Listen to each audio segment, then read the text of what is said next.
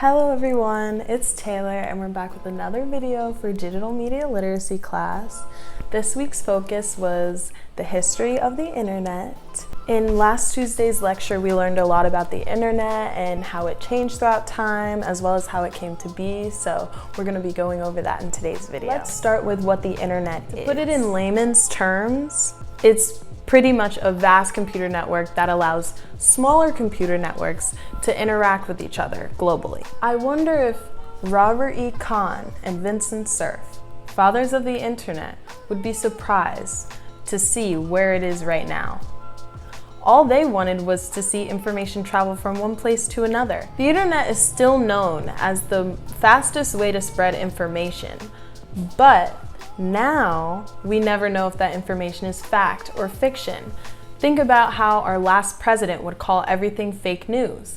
Fake news does travel fast through the internet. The internet is not to be confused with the World Wide Web, which includes Instagram, Twitter, YouTube. All the social media that we use is the World Wide Web, which is completely different from the internet, even though we may use those settings on the internet. The internet is the physical network of computers that gets us to the virtual space of information, which is known as the World Wide Web.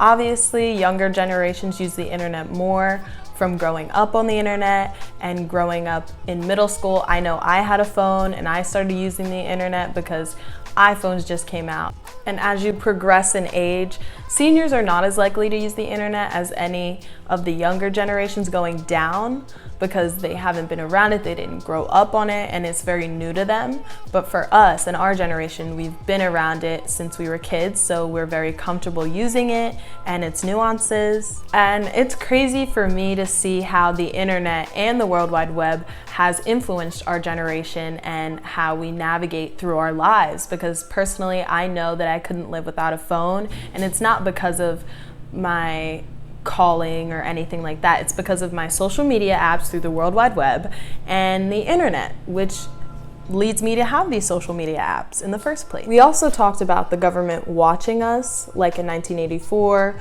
the government watching, Big Brother always has his eye on you. I've always wondered if the government was really tracking us through our phones, but they definitely are, because whenever I say something, I'm having a conversation with my friends, maybe about a new pair of shoes, and then that same pair of shoes will come up on my Instagram timeline.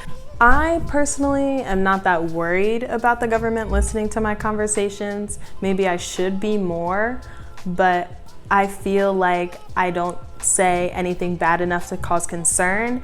And I thought that the government was listening in on us ever since Snowden got arrested for exposing the government for listening in on us. And that was in middle school.